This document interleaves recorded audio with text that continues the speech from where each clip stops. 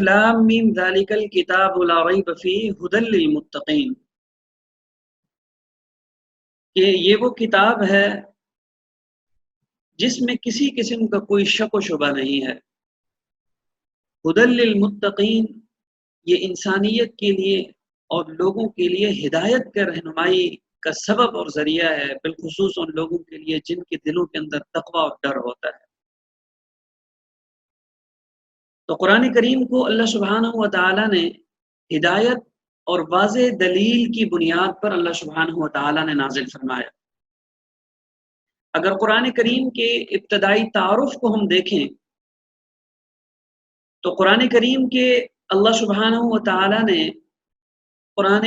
کریم کے اندر اور پھر اسی طرح رسالت مآب صلی اللہ علیہ وسلم نے کتب احادیث میں قرآن کریم کے متعدد نام ذکر کیے گئے ہیں۔ اس قرآن کریم کو الکتاب بھی کہا جاتا ہے اور اس کو القرآن بھی کہا جاتا ہے اور اس کو الذکر بھی کہا جاتا ہے، کیونکہ یہ ایک نصیحت ہے۔ اور پھر اس قرآن کریم کو الفرقان بھی کہا جاتا ہے کہ الفارق بین الحق والباطل، کہ حق اور باطل کے درمیان قرآن کریم فرق کرنے والا ہے۔ اور پھر اگر قرآن کریم کو اللہ سبحانہ و تعالی نے وحی کی صورت میں نازل فرمایا، تو اگر ہم وحی کی قسموں کو دیکھیں تو وحی کی دو قسمیں ہیں، وحی جلی اور وحی خفی۔ ایک وہ وحی کہ حضرت جبرائیل امین جناب نبی کریم صلی اللہ علیہ وسلم کے پاس لے کر آئے، اور وہ وحی الفاظ کی صورت میں بھی تھی، اس کے ساتھ معانی بھی تھے، اس کے ساتھ مفاہیم بھی تھے، جو ہمارے پاس قرآن کریم کی صورت میں محفوظ ہے۔ اور وحی کی دوسری قسم جس کو وحی خفی کہا جاتا ہے، کہ اللہ سبحانہ و تعالیٰ کی طرف سے احکامات دیے گئے لیکن وہ قرآن آیات کی صورت میں نہیں تھے۔ اور پھر وحی اس کی بھی متعدد صورتیں ہیں۔ بعض دفعہ وحی نازل ہوتی تھی جناب نبی کریم صلی اللہ علیہ وسلم کے پاس، بخاری شریف کی ایک روایت ہے کہ سرکار دو عالم صلی اللہ علیہ وسلم پر وحی نازل ہوتی تھی، اور حضور کی کیفیت اس طرح ہو جاتی تھی کہ سرکار دو عالم صلی اللہ علیہ وسلم اس پر بوجھ اور وزن محسوس کیا کرتے تھے۔ اور بعض دفعہ قرآن کریم کی وحی جب نازل ہوتی تھی تو اس کی صورت یہ ہوتی تھی کہ وہ سلسلۃ الجرس، ایک گھنٹی کی سی آواز ہوتی تھی، رسالت مآب صلی اللہ علیہ وسلم اس کو محسوس فرمایا کرتے تھے، اور پھر اس سے جو آیات کریمہ نازل ہوتی تھی سرکار دو عالم صلی اللہ علیہ وسلم کے پاس محفوظ ہو جایا کرتی۔ اب قرآن جو ہے یہ کلام الہی ہے۔ قرآن کو اللہ سبحانہ و تعالیٰ نے کلام مقدس بنا کر نازل فرمایا ہے۔ تو قرآن کی اگر ہم تعریف کریں تو ایک ایسی کتاب کہ جس کو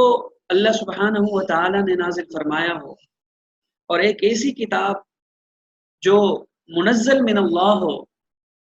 ایسی کتاب جو ہمارے پاس محفوظ ہو اور جس کی حفاظت کا ذمہ اللہ سبحانہ و تعالیٰ نے اٹھایا ہو، اور جناب نبی کریم صلی اللہ علیہ وسلم پر نازل ہوئی، اور اس کو لے کر حضرت جبرائیل امین اس دنیا کے اندر تشریف لائے، تو یہ قرآن کریم کی تعریف ہو جائے گی۔ اور اس سے آگے اگر ہم قرآن کریم کے موضوعات کو دیکھیں کہ ہر کتاب بنیادی طور پر کچھ مقاصد کو لے کر نازل ہوتی ہے، ہر کتاب کے کچھ موضوعات ہوتے ہیں جن کو لے کر وہ کتاب بات کرتی ہے، وہ کتاب عام الناس سے کلام کرتی ہے۔ تو اگر قرآن کریم کے موضوعات کو دیکھا جائے تو سب سے پہلا اور بنیادی موضوع قرآن کریم کا وہ عقائد ہے، کہ قرآن نازل ہی اسی لیے ہوا تاکہ لوگوں کے اندر عقائد کی درستگی کی جائے، اور یہ قرآن کریم اس لیے نازل ہوا تاکہ لوگوں سے ٹوٹ کر اللہ سبحانہ و تعالیٰ کی ذات کی طرف جڑ جائیں۔ اور پھر قرآن کریم کا دوسرا سب سے بڑا موضوع احکامات ہیں، کہ قرآن کریم کے اندر احکامات نازل ہوئے کہ جس میں انسان کی اجتماعی اور انفرادی زندگی، لوگوں کی انفرادی اور اجتماعی زندگی کے متعلق احکامات، اور پھر اسی قرآن کریم میں اللہ سبحانہ و تعالیٰ نے انسان کی گھریلو زندگی، پھر اس کے بعد انسان کی اجتماعی زندگی کے متعلق احکامات دیے، اور پھر سب سے بڑھ کر قرآن کریم کے اندر اللہ سبحانہ و تعالیٰ نے ایک اسلامی حکومت اور اسلامی ریاست کے متعلق احکامات نازل فرمائے۔ اور پھر تیسرا قرآن کریم کا سب سے بڑا موضوع اخلاقیات ہے، کہ قرآن کریم اخلاقیات کی درستگی پر بات کرتا ہے۔ قرآن کریم اخلاق رذیلہ جنہیں برے اخلاق کہا جاتا ہے، ان کو ختم کرنے کے متعلق ارشادات فرماتا ہے، اور جو اچھے اخلاقیات جو انبیاء کرام علیہ والسلام کے اندر تھے، اور اس سے پہلے وہ قومیں جو ہدایت پر تھی، قرآن کریم ان کی اخلاقیات کی طرف نشاندہی کرتا ہے، تاکہ امت محمدیہ کے اندر وہ اخلاقیات جو اللہ سبحانہ و تعالیٰ نے قرآن کریم کی صورت کے اندر نازل فرمائے، وہ اخلاق امت محمدیہ کے اندر پیدا ہو جائیں۔ اور پھر اسی طرح قرآن کریم تذکیر بایام اللہ کے بارے میں بات کرتا ہے کہ وہ قومیں جو گزر چکی، وہ قومیں جن کے تذکرے تاریخ کی کتابوں کے اندر ملتے تھے، قرآن کریم ان قوموں کے بارے میں تذکرہ کرتا ہے کہ انبیاء کرام علیہ والسلام کی کون کون سی قومیں ایسی تھی کہ اللہ سبحانہ و تعالیٰ نے انہیں کون کون سی نعمتیں عطا فرمائی، اور کہاں کہاں وہ مقیم تھے، اور پھر اگر انہوں نے اسلام قبول کیا تو اللہ سبحانہ و تعالیٰ نے انہیں کن کن نعمتوں سے نوازا، اور اگر وہ لوگ انہوں نے انبیاء کرام علیہ والسلام کی ہدایت کو چھوڑ دیا، ہدایت کو پس پش ڈال دیا، تو اللہ نے ان کا حشر کیسا کیا اور انہیں کن کن قسم کے عذاب سے مسلط فرمایا۔ یہ قرآن کریم کا موضوع ہے۔ اور پھر اسی طرح قرآن کریم تذکیر بھی اعلیٰ اللہ پر بھی بات کرتا ہے۔ تذکیر بھی اعلیٰ اللہ کا مطلب یہ ہے کہ اللہ نعمتوں کو یاد دلاتا ہے کہ تم سے پہلی قوموں پر کون کون سی نعمتیں اللہ سبحانہ و تعالیٰ نے نازل فرمائی، اور آپ پر اللہ سبحانہ و تعالیٰ کون کون سی نعمتیں نازل فرماتا ہے۔ جب آپ بچپنے کی حالت میں ہوتے ہیں تب کون سی نعمتیں ہوتی ہیں، جب لڑکپن اور جوانی کی عمر کے اندر آتے ہیں تو اللہ سبحانہ و تعالیٰ کون کون سے نعمتیں یاد دلاتا ہے۔ اور پھر اللہ قرآن کریم میں بار بار ان نعمتوں کی طرف نشاندہی بھی فرماتے ہیں، وَمِنْ آيَاتِهِ أَنْ خَلَقَكُم مِّن تُرَابٍ، کہ تم تو دیکھو تمہیں مٹی سے اللہ سبحانہ و تعالیٰ نے پیدا فرمایا، اور پھر فرمایا اللہ سبحانہ و تعالیٰ نے وَمِنْ آيَاتِهِ خَلْقُ السَّمَاوَاتِ وَالْأَرْضِ، کہ اس کی نشانیوں کی طرف دیکھو کہ اللہ نے آسمان اور زمین کو پیدا فرمایا۔ تو اللہ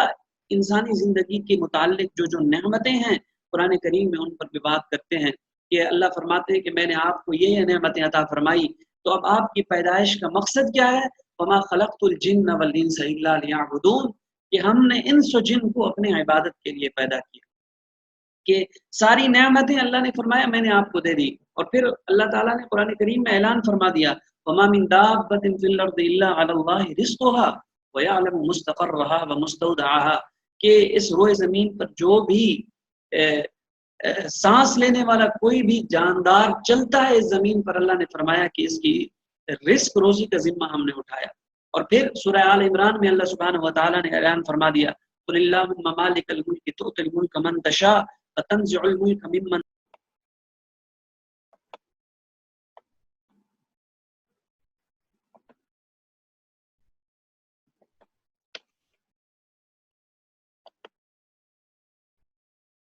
جی۔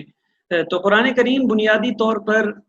ان موضوعات کو لے کر قرآن کریم بات کرتا ہے، اور پھر اللہ سبحانہ و تعالیٰ نے انہی موضوعات کو قرآن کریم کے اندر بار بار بیان فرمایا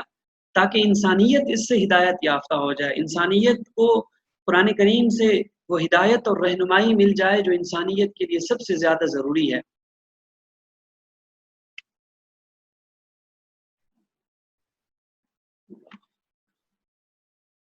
اور پھر اس سے آگے اگر دیکھا جائے تو قرآن کریم کے اندر اللہ سبحانہ و تعالیٰ نے، اور پھر اس کے بعد جناب نبی کریم صلی اللہ علیہ وسلم نے، اور بعد کے ادوار میں قرآن کریم کو آسانی سے جمع کرنے کے لیے کچھ ترتیبیں اور تراکیب متعین کیے گئے۔ اور سب سے پہلے قرآن کریم کی جو ترتیب ہے وہ آیات اور سورتوں کی تقسیم سے متعلق ہے، کہ قرآن کریم کو آیات کے اندر تقسیم کیا گیا اور پھر سورتوں کے اندر تقسیم کیا گیا تاکہ اس کی تلاوت اور اس کی معانی اور مفاہیم کو سمجھنے میں آسانی رہے۔ اور پھر اسی طرح قرآن کریم کی دوسری ترتیب جو ہے وہ منازل اور احزاب جس کو کہا جاتا ہے، جو قرآن کریم کی 7 منزلیں ہیں، اللہ سبحانہ و تعالیٰ نے ان کو ان صورت میں نازل فرمایا تاکہ اگر کوئی قرآن کریم کو 7 دن کے اندر تلاوت کرنا چاہے تو اس کے لیے اس ترتیب کے ساتھ آسانی رہے۔ اور پھر قرآن کریم کی تیسری ترتیب پاروں اور رکوع کے اعتبار سے ہے کہ قرآن کریم کو 30 سپاروں کے اندر تقسیم کیا گیا اور ہر سپارے کو متعدد رکوع کے اندر تقسیم کیا گیا تاکہ لوگوں کے لیے اسے سمجھنا آسان ہو جائے۔ اور پھر اسی طرح قرآن کریم کو 2 ترتیبوں پر نازل کیا گیا۔ ایک وہ ترتیب ہے جس کو ترتیب نزولی کہا جاتا ہے، کہ قرآن کریم تقریباً 23 سال کے زمانے میں وقتاً فوقتاً جب بھی جس حکم کی یا جس آیت کی ضرورت ہوتی اللہ سبحانہ و تعالی اس کو نازل فرما دیتے تھے۔ اور پھر قرآن کریم کی یہ ترتیب نزولی سے ہٹ کے ایک ترتیب ہے جو آج کل ہمارے ہاں رائج ہے، اس کو ترتیب مصحف کہا جاتا ہے، اور اسی کو ترتیب توقیفی کہا جاتا ہے کہ اللہ سبحانہ و تعالیٰ نے جب قرآن کریم کو نازل فرمایا تھا، پہلی دفعہ آسمان دنیا پر کامل اور مکمل نازل فرمایا تھا قرآن ایک ہی دفعہ دفعتاً واحدتاً 17 رمضان المبارک کو، تو یہ قرآن کریم کو اسی ترتیب کے اندر اتارا گیا تھا، یہ جو ترتیب ہمارے ہاں ہے۔ اور رسالت مآب صلی اللہ علیہ وسلم کہ حضور اکرم صلی اللہ علیہ وسلم جب بھی کوئی آیت نازل ہوتی تو حضور یہ فرمایا کرتے تھے کہ اس آیت کو فلاں صورت کے ساتھ ملا دو، فلاں صورت کی یہ فلاں آیت نمبر ہے۔ تو آج کل ہمارے پاس قرآن کریم کی جو ترتیب ہے، اس ترتیب کو ترتیب مصحف بھی کہا جاتا ہے، اور پھر اسی طرح ترتیب توقیفی بھی کہا جاتا ہے۔ اور قرآن کریم کی متعلق دو اور باتیں ہیں جو قرآن کریم کے تعارف کے حوالے سے انتہائی اہم ہے۔ ایک قرآن مجید کی حفاظت ہے اور دوسرا قرآن کریم کا اعجاز ہے۔ قرآن کریم کی حفاظت کے بارے میں اللہ سبحانہ و تعالیٰ نے قرآن کریم میں فرمایا اِنَّا نَحْنُ نَزَّلْنَا الذِّكْرَ وَإِنَّا لَهُ لَحَافِظُونَ، کہ ہم نے اسی قرآن کریم کو نازل فرمایا ہے اور فرمایا کہ ہم ہی اس کی حفاظت کرنے والے ہیں۔ تو بنیادی طور پر اللہ سبحانہ و تعالیٰ نے اسی قرآن کریم کی حفاظت کا ذمہ اٹھایا ہے کہ آج 1400 سال کا اتنا بڑا زمانہ گزر گیا کہ قرآن آج بھی لوگوں کے سینوں میں اسی طرح محفوظ ہے جس طرح سرکار دو عالم صلی اللہ علیہ وسلم کے زمانے میں نازل ہوا تھا، اور اس کی کسی آیت کے اندر، کسی حروف کے اندر کسی قسم کی کوئی تبدیلی نہیں ہے۔ اور پھر دوسری سب سے بڑی بات قرآن کریم کا اعجاز ہے کہ جب قرآن کریم نازل ہوا تھا تو اس زمانے میں عرب کے اندر اس بات کا رواج تھا کہ عرب جو ہے وہ سب سے بڑے کلام کے اندر ماہر سمجھے جاتے تھے، اور ان کے صحیفے اس دور کے اندر بڑے معنی رکھتے تھے، اور ان کے بڑے مقابلے ہوتے تھے کہ جس میں اندر شامل ہو کر وہ اپنے کلام کا، اپنی فصاحت کا، اپنی اعجاز کا، اپنی شعر و شاعری کا مقابلہ کیا کرتے تھے۔ اور جب قرآن کریم نازل ہوا تو اللہ سبحانہ و تعالیٰ نے قرآن کریم کی صورت میں چیلنج دیا اس وقت کے عرب کو کہ آپ پوری دنیا کو عجم کہتے ہیں۔ عجم کہتے ہیں کہ یعنی عرب اپنے علاوہ پوری دنیا کے لوگوں کو عجم کہتے ہیں۔ عجم کی معنی ہے گونگا، یعنی انہیں گونگا جس طرح بول نہیں سکتا، تو اسی طرح عرب یہ سمجھتے ہیں کہ ہماری ہی فصاحت و بلاغت زیادہ ہے، اور باقی جتنی بھی دنیا عجم ہے ہمارے سامنے زبان اور کلام کے اعتبار سے کچھ نہیں ہے۔ تو جب قرآن کریم نازل ہوا تو اللہ سبحانہ و تعالیٰ نے قرآن مجید کی صورت میں انہیں یہ اعجاز دکھلایا اور انہیں بتلایا اور سمجھایا، اور قرآن کریم نے انہیں چیلنج دیا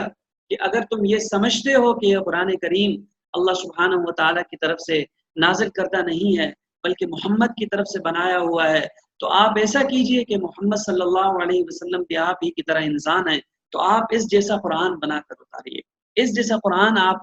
جو ہے وہ بنا کر دکھائیے۔ قرآن کریم کے اس اعجاز کو آج 1400 سال گزر گئے، قرآن کریم کا یہ چیلنج آج تک بھی اسی حالت اور اسی کیفیت کے اندر موجود ہے، اور قرآن کا کوئی بھی نعم البدل آج تک نہیں آ سکا۔ تو قرآن کریم کو اللہ سبحانہ و تعالیٰ نے معجز بنا کر اتارا ہے، اس کی ہر آیت کے اندر، اس کی ہر جملے کے اندر، اور اسی طرح اس کی ہر صورت اور ہر رکوع اور ہر پارے کے اندر اللہ سبحانہ و تعالیٰ نے اتنے معانی، اتنے مفاہیم نازل فرما دیے ہیں کہ انسانیت اگر اس کھولنا چاہے، کھول کر اس سے ہدایت حاصل کرنا چاہے، تو ہر آیت جو ہے وہ انسان کی ہدایت کے لیے کافی ہے۔ تو یہ بنیادی طور پر قرآن کریم کا ایک تعارف تھا، اور اس کے ساتھ ہی آج کی کلاس میں ہم انشاءاللہ العزیز آج کی کلاس کے اندر قرآن کریم کا جو بنیادی پہلا سپارہ ہے اس پارے کا انشاءاللہ العزیز ہم اس کا ترجمہ اور پھر اس کے ساتھ اس کی جو بنیادی اور اہم ہدایات ہیں اس کے متعلق دیکھیں گے۔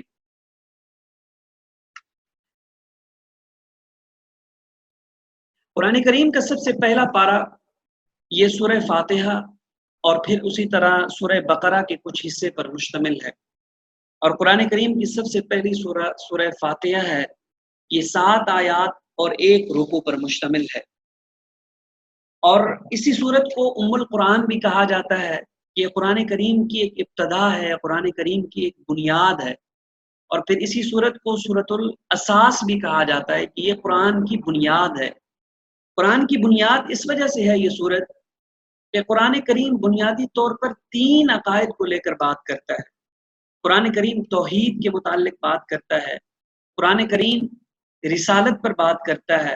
اور قرآن کریم قیامت اور معاد اور آخرت سے متعلق بات کرتا ہے۔ اور یہ سورت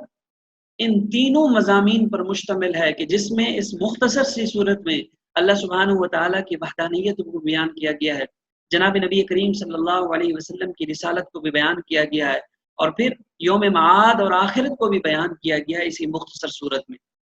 تو یہ صورت قرآن کریم کی ابتدائی صورت ہے کہ جس کی ابتدائی 2 آیتوں میں اور پھر چوتھی آیت میں توحید کا مضمون ہے کہ اللہ سبحانہ و تعالیٰ فرماتے ہیں الحمدللہ رب العالمین الرحمن الرحیم، کہ تمام تعریفیں اللہ کے لیے ہیں جو رب ہے تمام جہانوں کا، الرحمن الرحیم جو رحمان بھی ہے اور رحیم بھی ہے۔ اور پھر اسی طرح اللہ سبحانہ و تعالیٰ نے اسی اگلی آیت میں آخرت کا بیان فرمایا کہ مالک یوم الدین، کہ اللہ وہ ہے جو بدلے کا دن کا مالک ہے، جو قیامت کے دن کا مالک ہے۔ اور پھر اس کے ساتھ اسی صورت میں اللہ سبحانہ و تعالیٰ نے قرآن کریم کو نازل ہونے سے پہلے امت کو ہدایت دی ہے اور رہنمائی فرمائی ہے ایک دعا کی طرف۔ وہ دعا کون سی ہے؟ وہ دعا بنیادی طور پر ہدایت کے راستے کی ہے کہ اللہ نے فرمایا ایاک نعبد و ایاک نستعین، کہ اے اللہ ہم تیری ہی عبادت کرتے ہیں اور تجھ ہی سے پناہ مانگتے ہیں، اہدنا الصراط المستقیم، ہماری ہدایت اور رہنمائی کیجیے درست راستے کی طرف۔ اب انسان نے جب دعا کی اللہ سبحانہ و تعالیٰ سے کہ میری رہنمائی درست اور سیدھے راستے کی طرف کی جائے، تو اللہ سبحانہ و تعالیٰ نے صراط مستقیم کی وضاحت فرمائی ہے کہ صراط الذین انعمت علیہم غیر المغضوب علیہم ولا الضالین، کہ یہ راستہ کن لوگوں کا؟ ان لوگوں کا راستہ صراط مستقیم ہے جن پر اللہ سبحانہ و تعالیٰ نے انعام فرمایا، نہ کہ ان لوگوں کا راستہ جن پر اللہ ناراض ہوا اور جن کو گمراہی ملی پوری زندگی کے اندر۔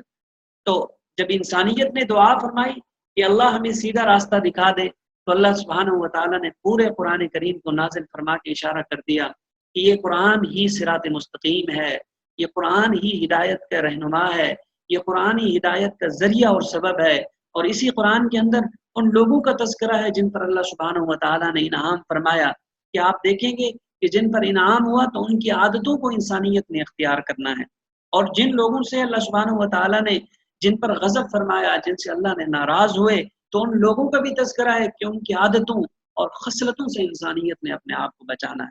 تو یہ سورہ فاتحہ کا خلاصہ ہے۔ پھر اس کے بعد سورہ بقرہ ہے۔ سورہ بقرہ بنیادی طور پر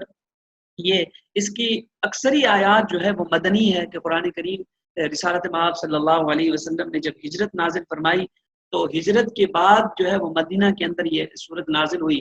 اور اس کی قرآن کریم کی یہ سب سے بڑی طویل صورت ہے جو 40 رکوع پر مشتمل ہے، اور اس کی 286 آیات ہیں۔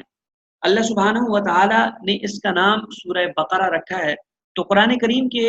متعدد صورتوں کے نام کے حوالے سے اگر آپ ایک قاعدہ سمجھ لیں تو آپ کو آسانی ہو جائے گی انشاءاللہ، کہ قرآن کریم کی جو صورتوں کے نام ہیں وہ اکثر دفعہ ایسا ہوتا ہے کہ اسی صورت کے اندر کسی واقعے کا تذکرہ ہو رہا ہوتا ہے جو واقعہ اس صورت کے بنیادی اور اہم واقعات میں سے ہوتا ہے، اور اسی واقعے کی بنیاد پر اس صورت کا نام رکھ دیا جاتا ہے۔ تو جیسے سورہ بقرہ، بقرہ کی معنی گائے ہے، اور یہ گائے کے نام پر اس صورت کا نام اس لیے رکھا گیا کہ اس صورت میں بنی اسرائیل کے اس قبیلے کا تذکرہ ہے کہ بنی اسرائیل کے ایک مالدار شخص نے اپنے بھتیجے کو مال وراثت ہتھیانے کے لیے اس کو قتل کر دیا تھا، اور پھر رات کی تاریکی میں اس کی لاش دوسرے کسی آدمی کے گھر کے سامنے پھینک دی تھی۔ اب جب موسیٰ علیہ الصلوۃ والسلام کے سامنے یہ کیس آیا تو اللہ سبحانہ و تعالیٰ نے حضرت موسیٰ علیہ الصلوۃ والسلام کو اس کی طرف رہنمائی کی کہ کس طرح یہ واقعہ ہوا۔ یہ پورا اسی صورت کا حصہ ہے۔ تو یہ قرآن کریم کی سب سے پہلی اور بنیادی صورت ہے، اور اس صورت کی ابتدا کے اندر اللہ سبحانہ و تعالیٰ نے 3 قوموں کا تذکرہ فرمایا ہے، اور وہ 3 قومیں کون کون سی ہیں؟ سب سے پہلی قوم وہ ہیں جو ایمان والے ہیں۔ اللہ سبحانہ و تعالیٰ نے سب سے پہلے قرآن کریم میں ایمان والوں کا تذکرہ فرمایا ہے اور ان کی خصوصیات اور صفات ذکر فرمائی ہیں۔ پھر اس کے بعد دوسری آیات کے اندر ابتدا میں اللہ سبحانہ و تعالیٰ نے منافقین کا تذکرہ فرمایا کہ منافقین کون ہوتے ہیں، ان کی عادتیں اور خصلتیں کون سی ہیں، اور پھر اس کے بعد